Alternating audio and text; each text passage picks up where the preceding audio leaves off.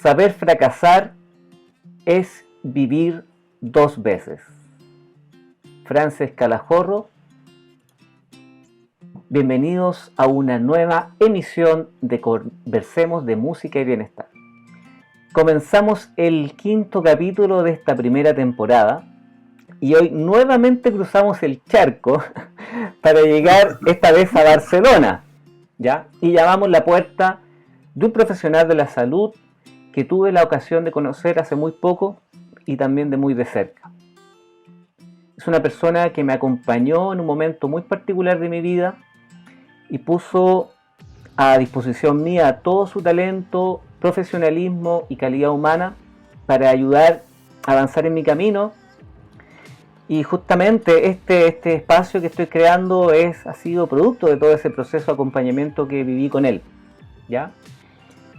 Pero esta vez, y felizmente, está en calidad de invitado para que pueda compartir en esta conversación acerca de algo que nos importa mucho en Conversemos de Música y Bienestar, de quién es, qué es lo que hace, qué lo apasiona, su experiencia en el ámbito del bienestar, y que nos converse sobre todo el modelo que sustenta su trabajo profesional y que no solo tiene un eco en el ámbito terapéutico, sino en otros ámbitos que vamos a ir descubriendo en esta emisión de mi querido programa.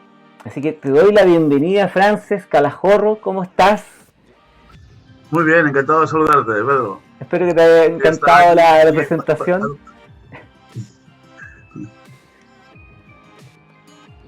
Bien. Dime. Frances, estoy muy contento de que estés con nosotros y poder acompañarnos para conocer de lo que tú haces, que como decía en la introducción, ha sido un descubrimiento, todo lo que sustenta tu trabajo, el modelo, y que me parecía muy, muy importante que lo podamos conocer en esta conversación, donde vamos a tocar, ojalá dentro de una hora, es muy probable que no va a faltar tiempo, pero no importa, muchas cositas relacionadas con el bienestar, cosas prácticas, sobre todo en el ámbito de poder poner en práctica los aspectos o los recursos que tú llamas para que nuestra vida sea mejor, que es lo que importa en este programa. Frances, cuéntanos primero que nada, ¿quién eres? ¿Cuál ha sido tu biografía? Te escuchamos. Bueno, quién soy es un poco difícil, ¿no? Uno no termina nunca de encontrarse. En cuanto a mi biografía, yo ahora me dedico al mundo terapéutico, pero yo vengo del mundo empresarial. ¿Vale? He estado muchísimo tiempo trabajando para una multinacional española, que con sede en todo el mundo, ¿vale? Y allí lo que me encargaba allí era básicamente de dirigir equipos de personas. Entonces empezó a interesarme mucho lo que era el trato humano, el trato con los equipos, el trato con las personas, ¿no?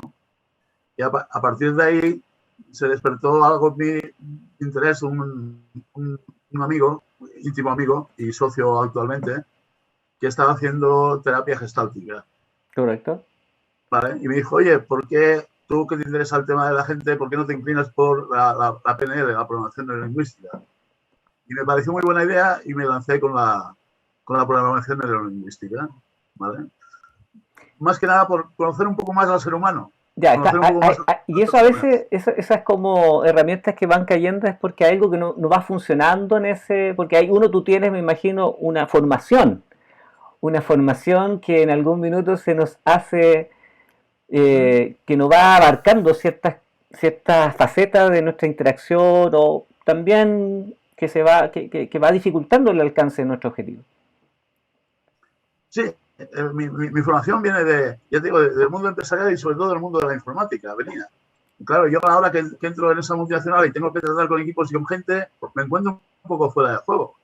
Entonces, ¿qué es lo que hago? Pues centrarme en estudiar cómo funcionamos un poco el ser humano a través de la programación neurolingüística. Correcto. A través del lenguaje, ¿no? Y todas las bases que hay ahí en el lenguaje. Yo sigo funcionando con eso, trabajando en la empresa privada, hasta que un día llega mi amigo con un libro debajo del brazo de Giorgio Nardone, un gurú, por así decirlo, de la terapia breve estratégica a nivel mundial hoy en día. Y nos leemos el libro y nos quedamos sorprendidísimos de cómo expone las cosas y cómo resuelve los casos. Y en eso nos decimos, hostia, a este tío hay que conocerlo. Claro. Vamos a buscarlo. Y ni corto ni perezoso le mandamos un correo electrónico, conseguimos su dirección de correo electrónico, le mandamos un correo electrónico y quedamos en vernos. Y se viene a Barcelona a vernos y en la charla todo fluye perfectamente y nos ofrece empezar la primera formación en terapia breve estratégica en España, que la lleváramos nosotros. Entonces, bueno, pues vamos a hacerlo. Nosotros estamos contando detrás con un refuerzo de una institución muy importante aquí en España, que es el Instituto Gestalt de Cataluña. Correcto. Y con el respaldo del Instituto Gestalt iniciamos la formación en terapia breve estratégica para... Fueron los primeros que iniciamos esta formación allí por el año 1998, año 2000. Ya, correcto. Y ahí fuimos formándonos en terapia breve con todo el equipo de Roberto Milanese, Pablo Coelho, toda la gente. En ese sentido, por lo que yo he leído, porque también, como te decía antes de la grabación de este programa, yo me he devorado, no todos los libros, pero son muy interesantes. Y ustedes van a la par con el proceso de la escuela de Arezzo, si no me equivoco, no me acuerdo el nombre particular, pero bien van a la par con el desarrollo de toda esta metodología o modelo. Sí, vamos bastante a la par. Lo único que también por temas que han sucedido desde hace, te diría, 10 años atrás, dejamos de llevar nosotros la formación, ¿vale? Y hemos seguido manteniendo el contacto con la mayoría de psicólogos y terapeutas que hay ahí, pero hemos emprendido nosotros nuestra propia guerra. ¿Vale? Y ahí en esa primera instancia tú te formas ya directamente. Ahí ya me formo, ahí conozco a Giorgio Nardone, conozco a Roberto Milanesa, conozco a Pablo Barlavi, conozco a muchísima gente y ahí es donde me formo yo con toda mi base. Correcto. ¿Vale? Con eso yo continúo, mi socio sí que empieza a tratar a gente, yo continúo en la empresa privada hasta hace 7 años que ya dejé la empresa privada y bueno, ya me dedico a lo que verdaderamente me apasiona, me gusta, que es ayudar a la gente y a las organizaciones, ¿no? Llevando más la parte de organizaciones que de personas y ahí empezamos el vínculo, creamos una sociedad que es Centro de Terapia Breve Sentirse Bien de Barcelona y a partir de ahí hicimos nuestro lanzamiento. Ya. El tema de la comilla de sentirse bien que tiene nuestro centro viene también por otro gran terapeuta, bueno, psiquiatra de Estados Unidos, que es David Barnes. David Barnes tiene unos libros que todos se titulan Sentirse bien. Sentirse bien en pareja, sentirse bien consigo mismo, el bienestar de sentirse bien, ¿vale? Y digamos lo que es la terapia breve con la corriente con más un poco constructivista de Barnes, ¿vale? Entonces, por eso nuestros centros se llaman Centro de Terapia Breve Sentirse Bien, ¿vale? Sí, ahí yo me das el pie para un poco contarte mi historia, porque como yo llego a terapia breve, y aquí vamos a hacer una incidencia, de las que se pueden, obviamente, de cómo llego. Yo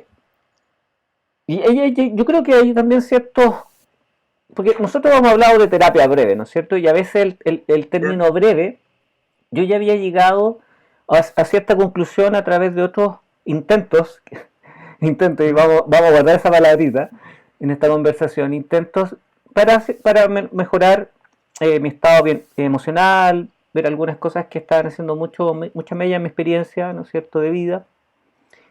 Y debo confesar algo, quizás pueda servirle a la audiencia, también mi propia experiencia de que a veces uno toma como lo breve, como el camino corto.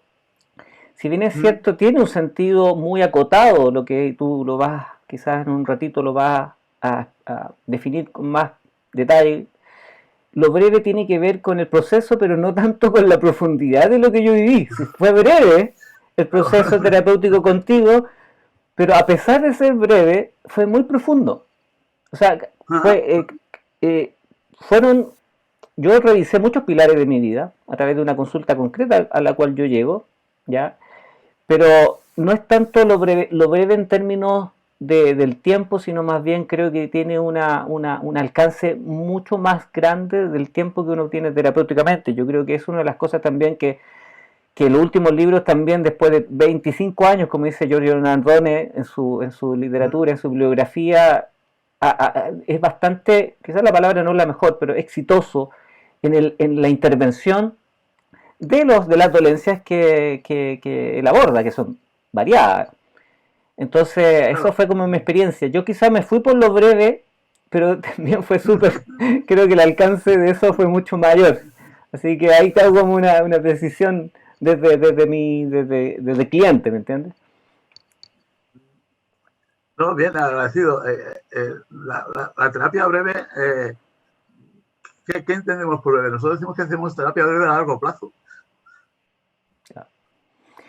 ¿Vale? Porque lo que intentamos es dotar de recursos a la persona para que la sintomatología, el problema que tenga desde ese momento no se vuelva a repetir. O sea, se va a construir a partir de ahí una nueva forma de construir, de razonar, de pensar, desde un punto de vista diferente. De hecho, en lo personal, y esto obviamente desde mi experiencia, una de las cosas que más me llamó la atención y me inclinó por trabajar contigo fue que dentro de esa conversación, que es muy importante, de reconocer y poder decidir, ¿no es cierto?, dar el paso de trabajo terapéutico, era que no era tan importante entrar a indagar en la historia, que había sido siempre la tendencia de otras instancias. Yo aquí obviamente no estoy diciendo que sea mejor o mayor. Yo elegí, tenía súper claro que era irrelevante entrar en esa historia con los padres, con la historia, con la genealogía, y cosa que yo en lo personal sigo sosteniendo, pero que eso me hizo, por lo menos para mí, inclinarme para ver mi ahora. De hecho, yo cuando llego contigo a trabajar era porque me di cuenta que en el ahora estaba pasando algo y que no era importante. Claro. Y ahí como y ahí congeniamos, y ahí fue, ¿te acuerdas? Ahí congeniamos en términos por lo menos desde mí, de que era muy importante tener esa visión. Entonces yo no, como digo, no lo conocía, después ya profundicé más después de haberte conocido, pero fue muy importante el presente. ¿Qué me dices tú al respecto de este modelo y el rol del presente? Para nosotros, desde nuestro punto de vista de trabajo y desde nuestra perspectiva, es lo más importante. La mayoría de corrientes de psicología se dedican muchísimo a poner una etiqueta o a buscar los porqués. ¿Por qué me pasa esto? ¿Me viene de cuando era niño, de mis padres, de mi abuelo? ¿De dónde me viene esto? ¿Y por qué me pasa? Con eso no solucionamos el problema. Podemos saber las 1000 causas que causan ese problema, pero el problema está aquí, en el presente, y es cómo lo estoy viviendo ahora, cómo lo estoy afrontando y cuál es mi realidad. Y aquí es donde hay que trabajar. No en buscar las causas y poner una etiqueta. Sí, y ahí hay una por lo menos desde la experiencia, por eso es bueno hablar como desde la experiencia, haberlo vivido.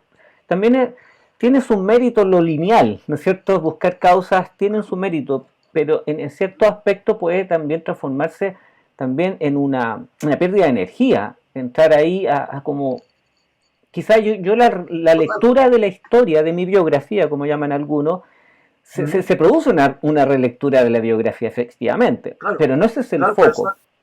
Pero esa lectura se produce desde el presente, cuando te despiertan nuevas cosas. Exactamente. ¿Vale? No parándose en ese presente a buscar cosas en el pasado.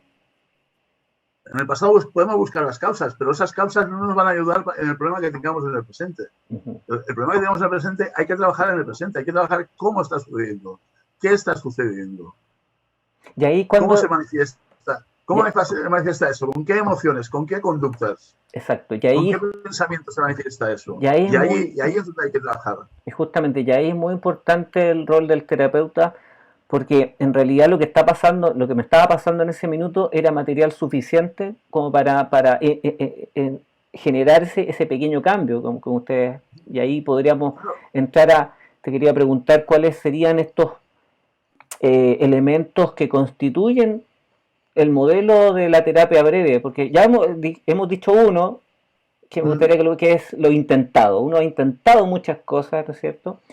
Y hay otros elementos más palabras claves que me gustaría pudiéramos conocer de lo que revelan de manera sintética, ojalá, lo que tú haces, ¿no es cierto? Una está en el diálogo, ¿no es cierto? Está centrado en el presente, en cómo el problema está dándose en el presente. Cuéntanos.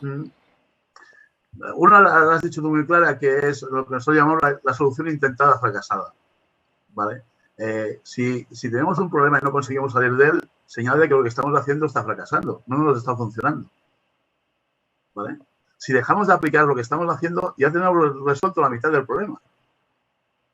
Y ahí, ¿vale?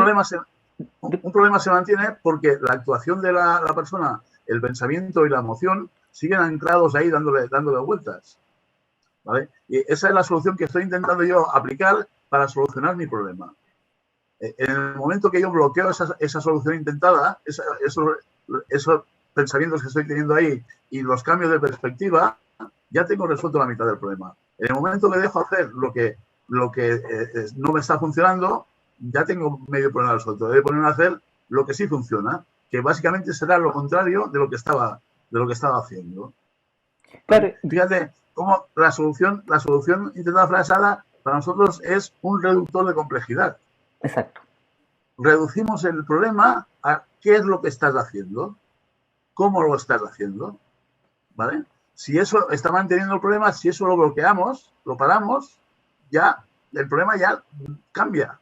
Y una de las cosas más fascinantes es que la actuación, el rol tuyo, que yo también he aprendido muchas cosas a través de la experiencia contigo y leyendo a Nardone y otros más, es que la actuación a veces no es tan frontal, como por así decirlo, no es tan, es como indirecta la palabra del terapeuta con respecto. Yo me di cuenta que tomaba mis decisiones, pero también estaba como un poco modelado a través de la conversación contigo, pero nunca jamás he sentido en ese proceso que estaban como imponiendo algo que también yo había pasado en las terapias, ¿ya? Obviamente aquí hago esta disclaimer, no es una crítica a las otras terapias, ¿no? Aquí yo estoy hablando de mi experiencia y eso es quizás lo valioso de esto, pero también me di cuenta que el rol es indirecto, que hay una forma que uno va comprendiendo no de manera unívoca o direccionada de parte, en este caso, tuya. Entonces, eso me pareció muy, muy interesante también en mi rol de profesor, incluso. Claro, miramos de utilizar un rol a través de lo que llamamos nosotros el diálogo estratégico, ¿vale? La comunicación es un diálogo entre uno y otro, pero lo que hay que mirar de esa comunicación es de dirigirlo hacia que la persona se dé cuenta de las cosas. No diciéndole las cosas directamente, sino que la persona se dé cuenta por sí sola de las cosas. Y eso tiene un valor súper grande, y por eso también ahí tiene el sentido de lo breve, creo yo, es que uno lo que va asumiendo es sumar autonomía, que es uno de los grandes temas también que ustedes abordan, sobre todo en los trastornos derivados, por ejemplo, del miedo, que uno con el miedo pierde autonomía. Entonces, cuando tú te das cuenta que puedes tener ese cambio, que nace de uno finalmente a través de esta pequeña como sugerencia, ¿no es cierto? Indirecta, uno va entendiendo que es capaz, que es muy importante, yo creo yo, por lo menos lo sentí, de que sí era capaz. Cuando uno está con la solución intentada siempre, una de las cosas que llega a concluir es que, y pide ayuda porque se siente que es incapaz. Pero ahí realmente es cuando a través de este modelo vamos viendo que todos tenemos el recurso. ¿Qué crees tú? Claro, cuando con el diálogo consigues transformar eso y a ti te pongo en la parte de que tú eres capaz de hacerlo, me cuesta muy poco darte el empujón y que tú te pongas en marcha. Claro, y ahí está, y volvemos al punto. He jugado con el diálogo y te he dado las alternativas. La alternativa de cómo estás y la alternativa a lo que puedes llegar. ¿Cuál acoges? Claro, y siempre dentro de mi realidad, de la realidad del tema de hoy día, claro, no del tema que pasó. Déjame ponerte un ejemplo muy sencillo que utilizamos mucho con los padres de los niños, porque con los niños no trabajamos directamente, trabajamos siempre con los padres. Así. Cuando son niños de entre 7 y 15 años, no vemos nunca al niño. El problema está en los padres, ¿vale? Y una de las cosas que enseñamos a los padres, aparte de no intervenir demasiado, porque intervienen demasiado los padres en los niños, es a la hora de educarlos en la comida es los deberes los haces ahora o después del desayunar. Fíjate que le estoy indicando los deberes, las tareas del colegio las haces ahora o después de desayunar. Pero tú vas a hacer las tareas. Exacto. Te estoy dejando elegir si las quieres hacer ahora o las quieres hacer después de desayunar. Claro, eso es. Pero tú no vas a hacer las tareas. Y es muy bueno cuando uno se da cuenta de ese, por ejemplo, ese recurso estratégico de las opciones. Que Claro. los padres tendemos a hacer, vuelvo a decirlo, que dar una opción. Y ahí no sé qué. Claro, y eso no es diálogo finalmente. Y eso está, no es diálogo, claro. Y eso es mostrar opciones es un buen recurso. Y el niño dice, déjame que ahora estoy jugando, o después la saco, y ya está, y se te sacan encima. Claro. Si tú coges al niño y le das las dos opciones, que elija una de las otras, la hará. No, y también hay una cosa que me ha tocado, por ejemplo, en la clase de piano, que el mismo alumno me da las opciones. Me pone, y ahí lo único que tengo que hacer es hacer la devolución que yo llamo, colocando las opciones. Y esas son las cosas que yo he aprendido contigo y con este modelo, que es muy interesante. Es muy interesante porque manejas a través del diálogo y le das la responsabilidad a la otra persona, no la tienes Exactamente.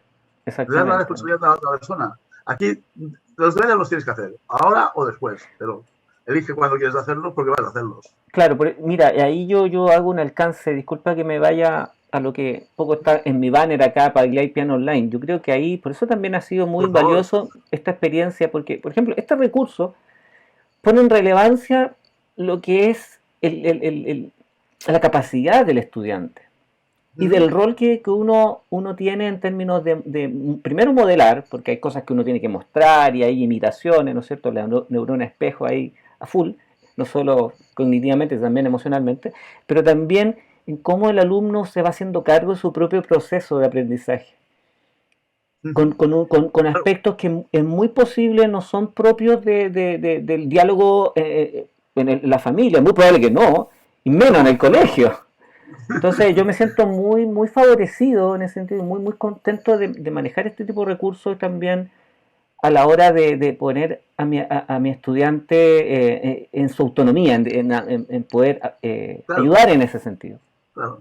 Tú le estás dando una ilusión de alternativa, le estás generando una ilusión de alternativa, pero en el fondo lo estás llevando a donde tú quieres llevarlo, claro. que es a que aprenda claro. ese recurso, que aprenda ese recurso. Y le estás dotando de unas técnicas para poder hacerlo, para que él en el futuro pueda desarrollarse por sí solo. Te quiero llegar a una gran pregunta. Aquí vamos a generar una gran discusión. Voy a colocarlo de esta manera. ¿Qué nos puedes decir sobre autoengaño? ¿Qué os puedo decir sobre autoengaño? Pues que lo estamos haciendo todos constantemente. Constantemente nos estamos autoengañando todos. Nos estamos creando nuestras propias realidades que son realidades de segundo orden, siempre. Eso podríamos definir lo que es para nuestros auditores realidad de primer orden y segundo orden para un poco quizás entrar en esa materia. A mí me gusta explicarlo de una manera muy sencilla, que es como me lo enseñó mi maestro Pablo Barbavi. ¿Qué es una realidad de primer orden? Una realidad de primer orden es el sol, es una realidad de primer orden. Una realidad de primer orden es que esto es un bolígrafo, es una realidad de primer orden. ¿Vale? Una realidad de primer orden es que esto es una camisa. ¿Por qué es una realidad de primer orden? Porque todos estamos de acuerdo. ¿Vale? ¿Cuándo entra en juego las realidades de segundo orden, que son sobre lo que construimos nosotros nuestra verdadera realidad? Sobre las percepciones. Sobre las percepciones. Las percepciones que tenemos. A mí me gusta que hoy haga un buen día de sol. A ti, a lo mejor, hoy el sol pica mucho y no me molesta que esté tan caliente. Este bolígrafo puede ser azul, pero a lo mejor es negro. Pero por la distancia de la pantalla lo estás viendo de color azul. Y tú lo puedes ver de color azul y yo, a que estoy aquí delante, lo estoy viendo de color negro. Y podemos discutir sobre este boli de qué color es. O de la camisa, los colores de la camisa. ¿Qué percibes tú de la camisa que yo llevo? La percibes de una manera, es elegante, es clásica, es de tal manera. Ahí están las realidades de segundo orden. Y ahí están también los problemas que las personas tenemos. Ahí están donde ustedes intervienen. Claro. En las percepciones, y esas percepciones no tienen por qué estar equivocadas. Lo único que tenemos que tener en cuenta es que hay otra perspectiva, hay otra percepción de la persona que tenemos al lado. Exacto. Sobre ese mismo concepto, sobre el mismo sol, a uno le puede molestar que caliente mucho y a otro le gusta mucho el sol porque le gusta mucho tumbarse en la playa. Uh-huh. ¿Vale? Aún así, esa perspectiva, o sea, esa realidad de segundo orden también es con uno mismo, también con sus propias dudas, por ejemplo. Sí, incluso mismo, cuando nos miramos en el espejo estamos creando una realidad de segundo orden.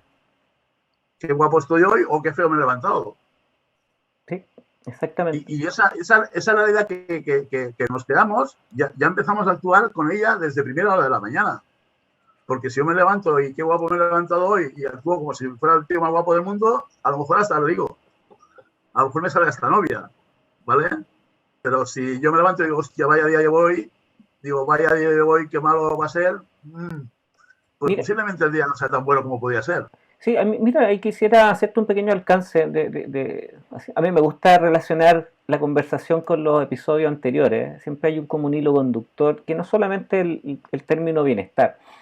Nuestro anterior invitado, que también está en España, que es Michael, nos hablaba de la experiencia, del experimentar. Yo creo que mucho de lo que viví también, de darme cuenta también, guiado también, es experimentar estas posibilidades que tenemos en ese plano donde realmente donde vivimos realmente, como tú dices, vivimos en el segundo orden, y ahí donde nosotros podemos hacer las transformaciones que buscamos, si lo miramos desde el ámbito terapéutico, y a veces pensamos que queremos cambiar en la realidad del primer orden, y a veces nos cansamos en eso. Y eso es una solución intentada, finalmente. Es una solución intentada. La realidad del primer orden no varía, porque el sol es el sol. Y la botella de agua es la botella de agua. Puedes verla medio llena o medio vacía. Sí, y ahí hay una forma de explicar lo que tú acabas de decir, el tema del autoengaño. Y te hago una pregunta con respecto, ¿cómo funciona? No sé si cabe la pregunta, quizás no. Esto es el concepto del autoengaño, por ejemplo, en el ámbito organizacional. Las organizaciones se autoengañan. Yo te voy a decir una historia, te voy a contar, y voy a mandarle un gran saludo a una amiga que es Mariana, que es coach, que me enseñó algo muy importante. Yo tenía un autoengaño, quizás yo me estoy respondiendo acá, pero es bueno que lo sepan, porque para mí fue reescribir mi historia también. Yo pensaba que las organizaciones funcionaban bien, tenían que funcionar bien. Ese era mi autoengaño. Las organizaciones son sistemáticas. Como todo sistema, tiene tendencia a morir. A cero. Tiende a cero. Y ahí eso fue desde otra perspectiva, desde el coaching ejecutivo, fue un cambio de segundo orden en que viví. ¿Cuáles son los problemas que tenemos la organización en términos del autoengaño? Si me permites poder entrar un poquito en ese área. A ver, las organizaciones cuentan que el autoengaño es algo muy humano, muy personal. Partiendo por eso. Y las organizaciones están llenas de personas. Quieras o no quieras, están llenas de personas. Bueno, quizás la pregunta más precisa es cuando tú ves que el autoengaño organizacional es disfuncional, porque eso es lo que estamos hablando, de lo disfuncional. Comentábamos que las organizaciones están hechas de personas. Y empieza a ser disfuncional cuando una persona no está a gusto, cuando no se cumplen los objetivos de la organización, cuando tienes muchísima presión de los jefes, de la propia organización, de lo que tú quieres conseguir, lo que tú quieres ahí en ese sentido. ¿Vale?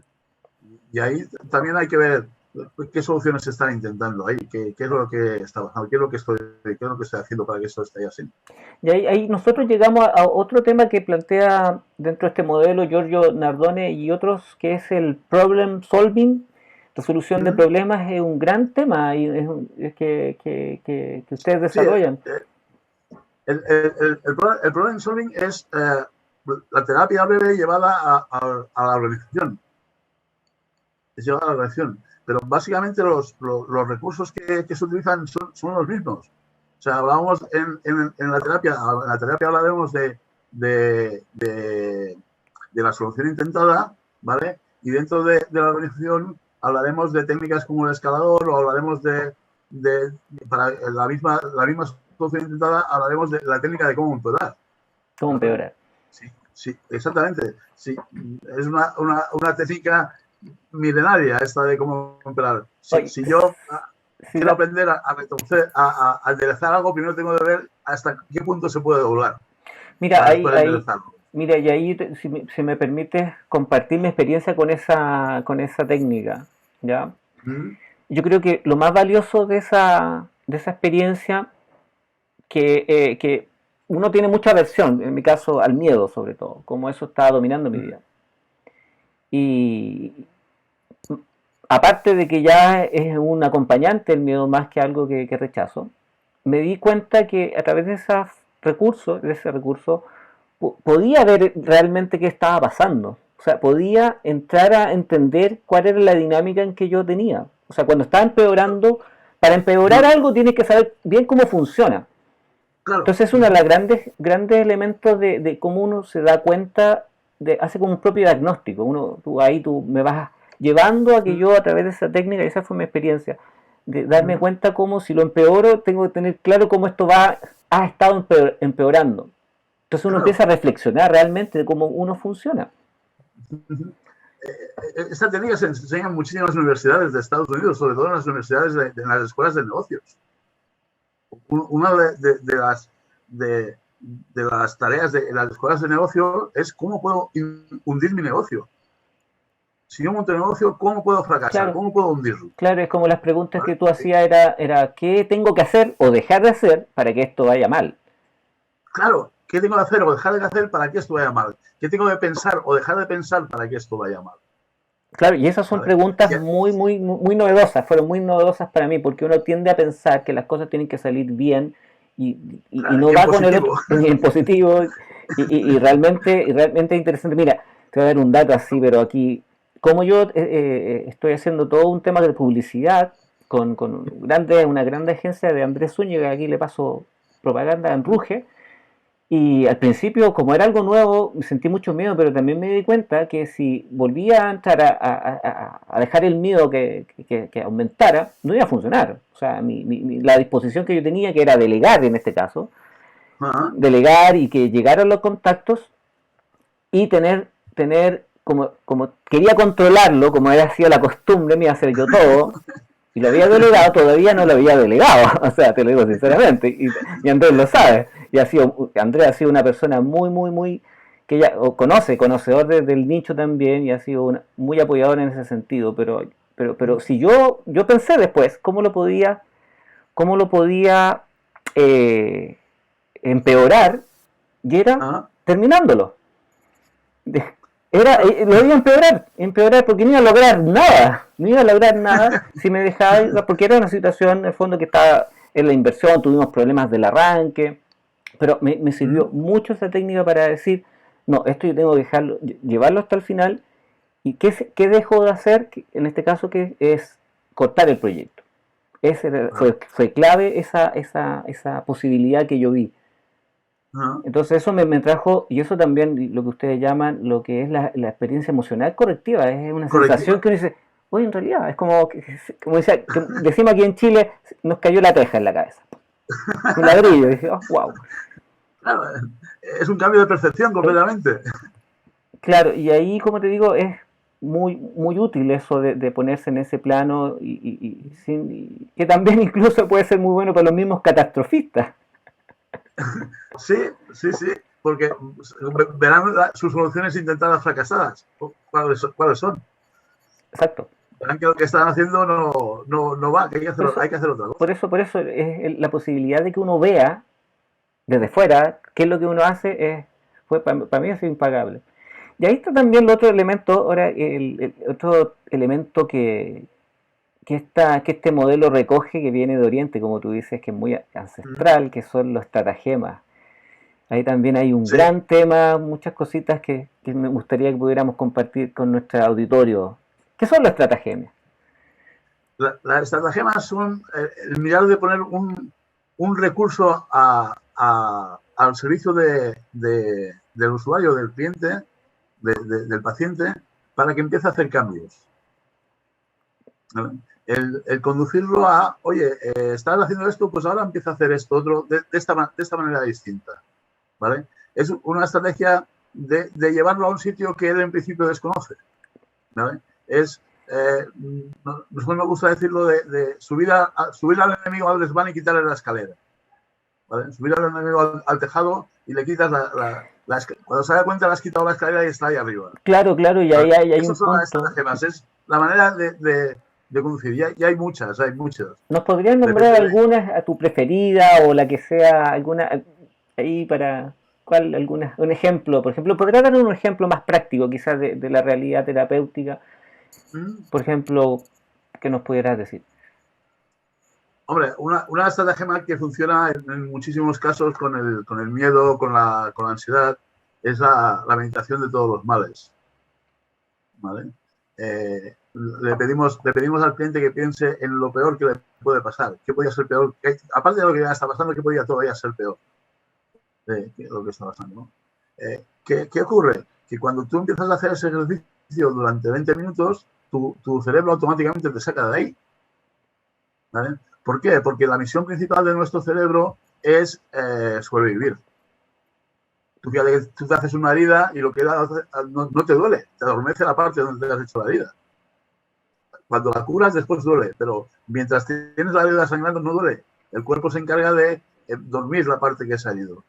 ¿Vale? O cuando hay algo que es muy desagradable, lo que hace es marearte, te tumba en el suelo para que puedas respirar. La principal misión de nuestro cerebro siempre es sobrevivir.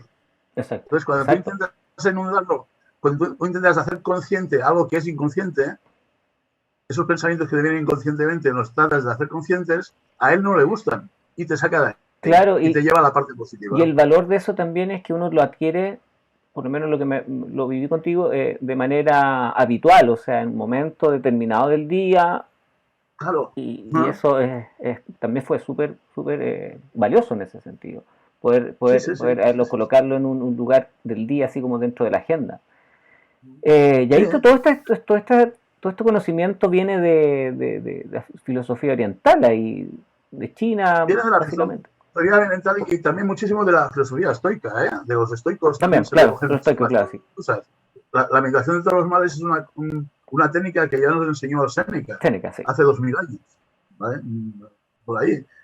Hay otras que vienen de la filosofía más oriental, como sería, no sé, el ir más allá del problema. El ponerte en un escenario donde eso estuviera resuelto, ¿cómo actuarías si eso estuviera resuelto? ¿Y ahí? ¿Qué harías? Si eso estuviera resuelto, ¿qué es lo que harías de diferente que no estás haciendo? Claro, y ahí es cuando tenemos la posibilidad ¿qué opinas tú? De que cambia el foco. Es siempre ahí, y claro. Ahí volvemos a decir, o sea, retomo lo que tú dijiste hace un momento, o hace instantes, que es, nosotros trabajamos con la percepción, finalmente. Totalmente. Cuenta que el ser humano nos movemos por tres ramas. La emoción, la acción y el pensamiento. ¿Vale? Y es un triángulo que se retroalimenta el uno del otro. La emoción con el pensamiento depende de lo que siento. Pienso una cosa o pienso otra y actúo de una manera o actúo de otra. Depende de cómo actúo, me lleva a sentir de una manera y a pensar de una manera. ¿Vale? Entonces hay que jugar siempre en ese triángulo. En cualquier proceso organizacional o cualquier proceso terapéutico hay que ver cuál es la emoción que hay debajo. ¿Vale? Y emociones, nosotros lo resumimos, lo sintetizamos en 4 emociones básicas, que es el miedo, el dolor, la rabia y el placer. Y según la emoción hay que utilizar un tipo de estratagemas, otro tipo de estratagemas. Exactamente. De hecho, en ese libro que es muy interesante se llama Las emociones, generalmente las emociones cuando nos sobrepasan, ahí Nardone la metáfora de un tigre desbocado, así que tenemos un tigre, sí. Es muy buen ejemplo porque es muy poderoso un tigre, pero cuando está entre comillas domesticado o está en su justa medida se transforma en se cabalga, si no me equivoco, era la referencia. Pero cabalgar el propio tigre, dice exactamente, Giorgio. Eso. Dice cabalgar el propio tigre. Pero no le quita nada del poder que tiene la emoción en este caso, que es nuestro funcionamiento diario. Bajo esos cuatro emociones básicas que definen. Sí, pero básicas y primarias. Y primarias. Ya venimos con ellas de serie. Sí. Venimos con ellas de serie. Y las tenemos que manejar y hay que manejarlas en su justa medida. El miedo no es malo, el miedo es bueno. porque nos mantiene alerta de muchísimas cosas. Exactamente. El placer no es malo, el placer es bueno, pasa en su justa medida.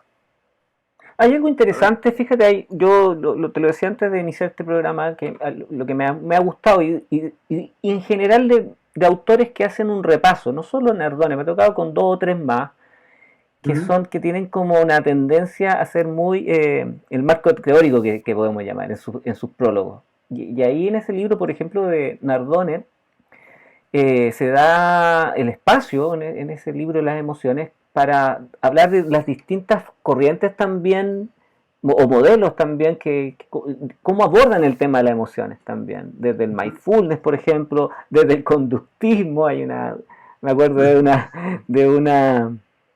de una chiste de Paul Watzlawick sobre el perro de Pavlov, ahí por ahí. Y en el fondo el perro dice, viste, ser humanos son tontos, yo tengo que jadear, o sea, salivar nomás para tener un buen plato de comida, mientras nosotros nos vemos locos porque hacemos tintín y el perro hace lo que uno piensa. Entonces, y ahí hay otro elemento que te quiero llevar antes de hacer la pregunta máxima de este programa, que yo una de las cosas que veo es la palabra diálogo aquí es muy importante porque es esta danza, ¿no es cierto?, de la conversación y un poco refrendando la diferenciación del modelo terapéutico, porque también las relaciones son muy importantes, también, y ahí cuando existe literatura dentro de lo que ha escrito Nardone y junto con otros autores también, no solo él, sino acompañado de otros, que no recuerdo en este minuto, pero que habla también de las relaciones de pareja, por ejemplo. ¿Cómo funciona la terapia breve en ese ámbito que es muy importante? Muy bien. Esa primera. Funciona muy bien. A mí, pues, mira, yo te diría que es el tipo de sesión de terapia que más me gusta. Ya, la de pareja. No sabía eso. La de pareja. Y puedo decirte que tengo un gran éxito. La terapia de pareja y en 4, como máximo 5 sesiones. Es bien efectivo. Es muy efectivo. Permíteme la pregunta, ¿y cuáles serían las temáticas más recurrentes de las parejas? Mira, la temática más recurrente, o al menos la que se muestra siempre, es la comunicación. Ya. ¿Vale? Hemos perdido algo, hemos dejado de comunicarnos, no nos entendemos, hemos cambiado las realidades, ¿vale? Pero ahí está ocurriendo de todo, ¿eh? Ahí, por debajo de esa excusa de la comunicación, ¿vale? Hay problemas relacionales en la cama, hay problemas relacionales en el trabajo, hay toda una serie de cosas que se han movido que llevan a eso, ¿vale? Entonces, muchas veces recuperando la comunicación se recupera solo los otros procesos. Otras veces hay que indagar más exactamente sobre lo que está pasando, ¿vale? Porque, bueno, no nos olvidemos que la pareja se forma a través de una ilusión. Nos enamoramos, nos ilusionamos, ¿vale? Y esa ilusión dura 2 años. Al cabo de los 2 años, antes no roncaba y ahora ronca. Pero antes es que no lo veía. Lo roncaba igual, pero antes no lo veía. ¿Vale? Y ahora porque tienes que roncar, me molesta que ronques. Cuando antes estaba roncando y no me importaba, ¿vale? ¿Por qué? Porque ya me he desilusionado, ya no es la misma persona de la que me enamoré. Y ahí, mira, ahí quisiera comentarte algo súper importante, creo que también es parte de este modelo, de que cuando hablábamos de la solución intentada, porque uno llega con la solución intentada de la ilusión, eventualmente, también nos da un gran recurso porque finalmente todo es cambio. O sea, claro, es incertidumbre, entonces no podemos ser los mismos, ya lo decía Heráclito y otros más, ¿verdad? Entonces, cuando tú reforzar esa idea, creo que también para los editores, de que lo que nos sirvió ayer no necesariamente nos sirve ahora. Y eso es justamente también una de las causas de la problemática que uno sostiene finalmente. No se da cuenta de eso. Tú lo has dicho muy bien, Pedro. Todo es cambio, todo, pero es que absolutamente todo. Por lo tanto, si miramos nosotros una fotografía nuestra de hace 2 años, ¿somos los mismos? No. Hemos cambiado. Claro, y eso nos lleva a otro punto que es muy importante, que es tener la claridad, yo lo llamo así, de que es necesario tener nuevos problemas. Claro. Porque es bendito. Problemas construyen nuevas soluciones. Y nuevas realidades. Y esas soluciones son las que van generando los cambios y nosotros nos vamos adaptando a esos cambios. Claro, y ahí hay como un foco súper importante. Ahí hay un foco dentro del cambio. Súper importante, claro, y volviendo al tema de la pareja, claro, no es la misma pareja que está sola, no es la misma pareja que tiene hijos, no es la misma pareja, como en términos ideales, cuando se van. Los hijos se van y se quedan solos otra vez, Es distinto. ¿Vale? Cambia mucho. Hay una implicación en muchísimas cosas. ¿Vale? Pero ya te digo, para mí es una de las... Yo me divierto muchísimo. Cuando trabajo con parejas me divierto muchísimo. Cogemos mucho buen feeling siempre y son sesiones que, ya te digo, duran 3-4 sesiones. Oye, como máximo 5. Si me permite, yo recuerdo aquí una cita en ese tema. No me acuerdo cuál sería el libro de Nardone, pero decía como una anécdota de que esta pareja que llega, ¿verdad? Es como un chiste. ¿Sí? La pareja llega y eventualmente discutían por todo. Y ahí la sugerencia era que le pusieran hora a la discusión. 3 veces al día usted tiene que... Pero que puede ser chistoso, pero también hay un elemento también que gira en torno a esto, que no es tan occidental, que es lo que aparentemente paradójico, que lo hemos un poco hablado del miedo, o sea, tomar el miedo, pero saber mirarlo, no es cualquier cosa, sino también Nardone a mí me gustó mucho, porque yo venía también de una lógica de la verdad absoluta, yo era muy rígido en ese sentido, y ahí entendí a través de trabajar contigo, en mi mismo proceso, de que esa rigidez era justamente la solución intentada, o sea, la verdad sí, y había contextos donde tenía que descubrir el autoengaño, ¿no es cierto?, disfuncional y transformarlo en algo, una mejor percepción, ¿ya? Porque a veces puede generar ruido todavía quizás para nuestros auditores, porque me ha pasado conversando en otras ocasiones de mi experiencia con el autoengaño, como que no le gusta mucho a las personas, pero tiene mucho sentido. Sí. Entonces a veces vamos con lógicas que son paradójicas finalmente. Que son paradójicas. En el tema de las discusiones, igual que Giorgio Nardone los pone a discutir en determinada hora, yo no los pongo a discutir en determinada hora, pero les genero que si hay una discusión tienen que discutir debajo de la cama. Debajo de la cama. Se han de meter debajo de la cama y discutir ahí. Fuera ahí no se puede discutir. ¿Vale? Entonces, si uno monta la pelea o eso, el otro dice, venga, vamos a meterlo debajo de la cama y lo terminamos de hablar ahí. No, y uno reconoce de tal manera ese tipo de sugerencias, una cosa súper importante, que te das cuenta de que esos momentos de esas peleas es como casi inconsciente finalmente. Son habituales, sí. Pero uno terminaba peleando y no porque lo tenía previsto, pero cambia mucho el foco cuando tú lo tienes previsto. Claro. Cuando lo tienes previsto, rompe todo. Y cuando llevas 2 minutos debajo de la cama ahí con el colchón metido arriba, ya no sabes qué decirle, quiero salir de aquí, quiero terminar la discusión quiero salir de aquí, ¿no? Otra de las cosas que funciona muy bien en la pareja y que a mí me gusta mucho es el púlpito.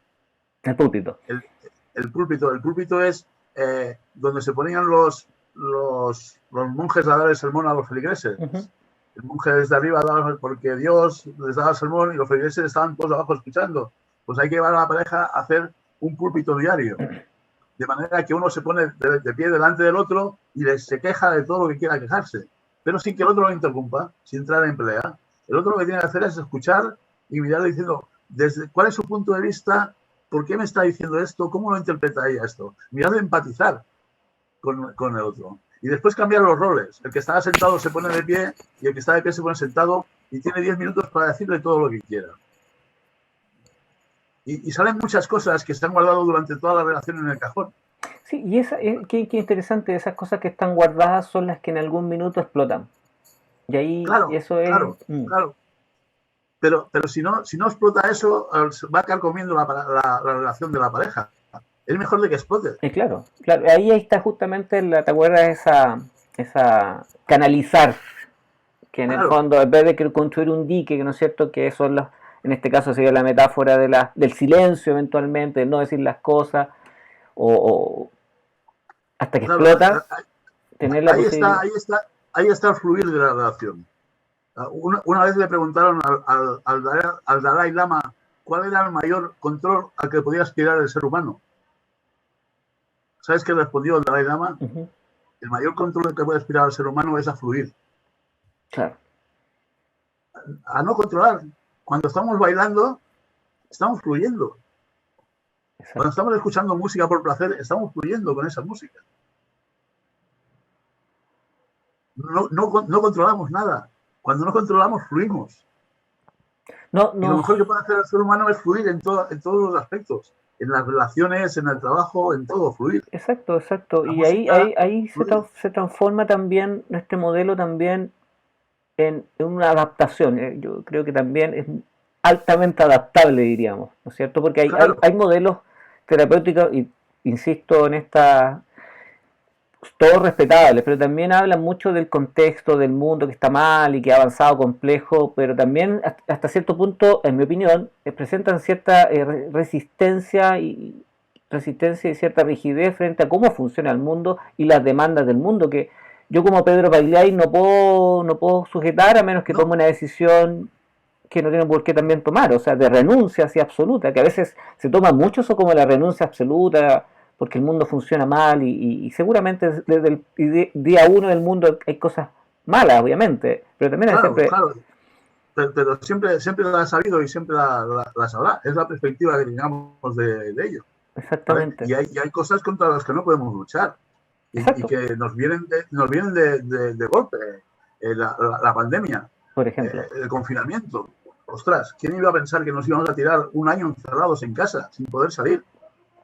¿Quién podía prever eso? ¿Y qué puedo hacer yo contra eso? No puedo hacer nada. Activar mi resiliencia y mirar de ayudar lo que pueda a todos los demás. Exacto. ¿Vale? Pero sobre todo imponer mi resiliencia.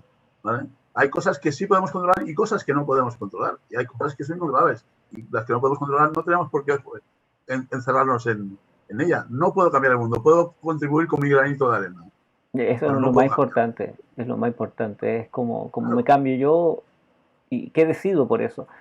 Y ahí llegamos a la pregunta que de alguna manera lo hemos tocado durante toda esta conversación, ¿qué nos puedes decir tu sensación, tu impresión sobre lo que es el bienestar? Que es una pregunta, yo sé que es general, pero ¿qué nos podrías dejar con respecto, como un regalito para nosotros, sobre el bienestar? Mira, hemos estado hablando, Pedro, de las emociones básicas, del miedo, el dolor, el placer y la rabia. Para mí el bienestar está en controlar esas 4 emociones. Si yo soy consciente cuando está la emoción y sé, ¿cómo te diría? Sosegarla, llevarla. No puedo estar sin ella, pero tampoco me puedo exceder con ella. ¿Vale? Si el miedo es muy grande, me va a destrozar. Si no tengo miedo, voy a ser muy peligroso. Muy temerario. Si el placer es muy grande, me va a destrozar. Si no tengo el placer, voy a llorar como un bebé que le quitan el chupete. ¿Vale? Si hay mucha rabia, me va a desbocar. Si no tengo rabia, voy a estar muy triste. ¿Vale? Si no tengo dolor por la pérdida de los seres queridos, no soy humano. El dolor nos hace muy humanos. ¿Vale? Entonces, en el equilibrio, para mí, en medio de esas 4 emociones, ni muy altas ni muy bajas, está el bienestar de la vida, para mí. Correcto. En manejar esas emociones, ¿vale? Esas 4. Todas las demás, el amor tiene que ver con la felicidad. Todas esas subemociones siempre van a parar en esas 4 emociones básicas. Puedes pensar la emoción que quieras, que siempre tiene un ramificante con una de esas 4 básicas, con el miedo, el dolor, la rabia o el placer. ¿Vale? Cuando estoy tocando el piano, siento placer, estoy fluyendo. Efectivamente. Vale. Eso es lo que buscamos en la clase de piano. Pero tirarme 3 horas machacándome en el piano no es bueno. He de fluir. Claro. ¿Vale? He de fluir con la emoción. Sí. He de fluir con la emoción. ¿Vale? Y para mí ese es el punto del bienestar. Y eso lo puedes traspolar a la sociedad. Para que una sociedad tenga bienestar, tiene que estar equilibrada. Claro. Adaptable y equilibrada. Claro. Igual que el equilibrio personal con las emociones, el equilibrio social también tiene de estar. Ahí está. Y ahí está. Y ahí hay una máxima que me parece muy importante. Cuando la leí me pareció que el bienestar de uno no es solamente para uno. No es para uno, es para los demás. Sí, por eso esa es la responsabilidad que uno tiene con uno mismo. Claro. La decisión. Claro. Ahí está el traspaso del bienestar personal al bienestar social. Claro, y ahí está exactamente. Y no es que uno tenga que esperar. Hay un vaso comunicante, creo yo, que es permanente. Es permanente. Porque si yo estoy bien, mi relación con mi pareja va a estar bien. Mi relación con mis hijos va a estar bien. Exacto. Y si ellos están bien, estarán bien con sus compañeros y con sus pares. Exacto. ¿Vale? Y es un imán entre ellos. Cuando hay un polo positivo se dispara, cuando hay un polo negativo también no. Hay que haber un poco de cada uno. Exacto. Un poco de cada. En la diversidad, ¿vale? Que hemos hablado en este programa, la diversidad, que siempre va a ser muy importante porque la complejidad lo implica. Todos tenemos que aportar, estamos aportando funcional o disfuncionalmente nuestro granito de arena. Bueno, más funcional que disfuncional. Para terminar, Frances, quisiera que nos comentara dónde te podemos encontrar, sobre todo en el ámbito terapéutico. Bueno, yo estoy en Barcelona, pero por suerte con las tecnologías trabajo en todo el mundo. Por eso dejo esta ventana para que te conozca gente que pueda estar interesada en tu trabajo. Sí. Yo estoy en el Centro de Terapia Breve de Sentirse Bien de Barcelona, ¿vale? Nuestra web es terapiabrevesentirsebien.com y ahí podéis encontrarnos a todo el equipo que formamos, Miguel, Aina y yo principalmente, ¿vale? Y a través del teléfono, de correo electrónico, info@terapiabrevesentirsebien.com podéis contactar con cualquiera de nosotros, plantearnos cualquier duda que tengáis, cualquier consulta que tengáis, cualquier cosa, y nosotros encantados de poder echar una mano en todo lo que podamos, tanto sea a nivel personal como a nivel organizacional. Exactamente, en esos dos ámbitos. Bien. En los dos ámbitos. Bien, con ese dato muy importante que va a estar ahí, está siendo anotado, ahí está abajo, vamos a dar término a esta conversación que ha sido muy fructífera. En realidad, yo estaba súper nervioso antes de empezar porque esto siempre pasa, pero yo sabía que en algún minuto ya iba a fluir, que así es. Y estoy súper contento. Yo estaba más tranquilo porque sabía que fluiría. Contigo, Pedro, fluye mucho. Sí, eso ya una muestra más. También el sello que está tomando este programa, ¿eh? Así que estoy muy complacido también en términos de cómo las personas que estamos aquí protagonizando este espacio nos desenvolvemos. Así que un gran aporte todo lo que hemos compartido con nuestra audiencia sobre lo que es el modelo que yo conozco como cliente y tú como terapeuta, sus alcances, las anécdotas, ¿no es cierto?, que es muy anecdótico, muy entretenido, y qué bueno poder darle un espacio a mi auditorio, ¿no es cierto?, de alumnos, de compañeros, amigos, colegas, de lo que tú estás haciendo. Así que no sé si quieres agregar algo más para despedirte, me gustaría escuchar. Bueno, para despedirme, cogiendo el hilo de lo que estabas diciendo, Pedro, la terapia es para divertirse. Buen punto. Hay que pasárselo bien. En una sesión de terapia hay que pasárselo bien, hay que poner humor, hay que ponerle chiste. Nosotros cuando hemos hecho nuestras sesiones nos lo hemos pasado muy bien. Sí. ¿O no? Sí, efectivamente. Eso ya bien, encima está ahí lo garantiza. Así, terapia, sentirse bien, es sello. Si eso funciona, la terapia de la relación funciona, la comunicación funciona. Sí. Y es mucho más fácil. Claro, más fácil. Aún enfrentando aquellos temas difíciles. Claro. Es que una manera más fácil es hacer fácil lo difícil. Hacer fácil lo difícil. Atención con eso. Hacer fácil lo difícil. ¿Vale? Yo creo pero que yo te pido, sí quería pedir disculpas más que a ti, no, porque sé que tú me perdonas, pero a tu audiencia es porque no he hablado nada de música. Soy un neófito con la música. Yo sé que estas charlas son bienestar y música, y yo en música sí que ando bastante pez, aparte de los grupos que me gustan a mí, pero ando bastante sí. pez. De todas maneras, quizás yo cubrí ahí el tema con mis propias experiencias con mis alumnos como profesor, y de todas maneras el bienestar es lo que cobija todo esto. Así que si quieres ser mejor, mira, Nardone tiene un libro sobre la performance y habla sobre los artistas, así que pueden perfectamente hablar contigo. De hecho, lo digo muy en serio, ¿sí? No solo también, o una persona que tú, de tu confianza, ¿verdad? Porque también este modelo es pánico escénico, o sea, partamos por eso. Sí. Cuando un músico, por ejemplo, está pegado en una pieza, eventualmente también puede haber una solución intentada. Por eso el término solución intentada estamos hablando de mi nicho también artístico, es formativo. Pero, en este caso. Fíjate que siempre, como ya te hemos comentado alguna vez, ¿dónde se mueve el miedo? En la anticipación, en el control. En el control, claro. Tengo que tenerlo controlado, tiene que salir bien. Contra más quiero controlar, más me descontrolo, más nervioso me pongo. Sí.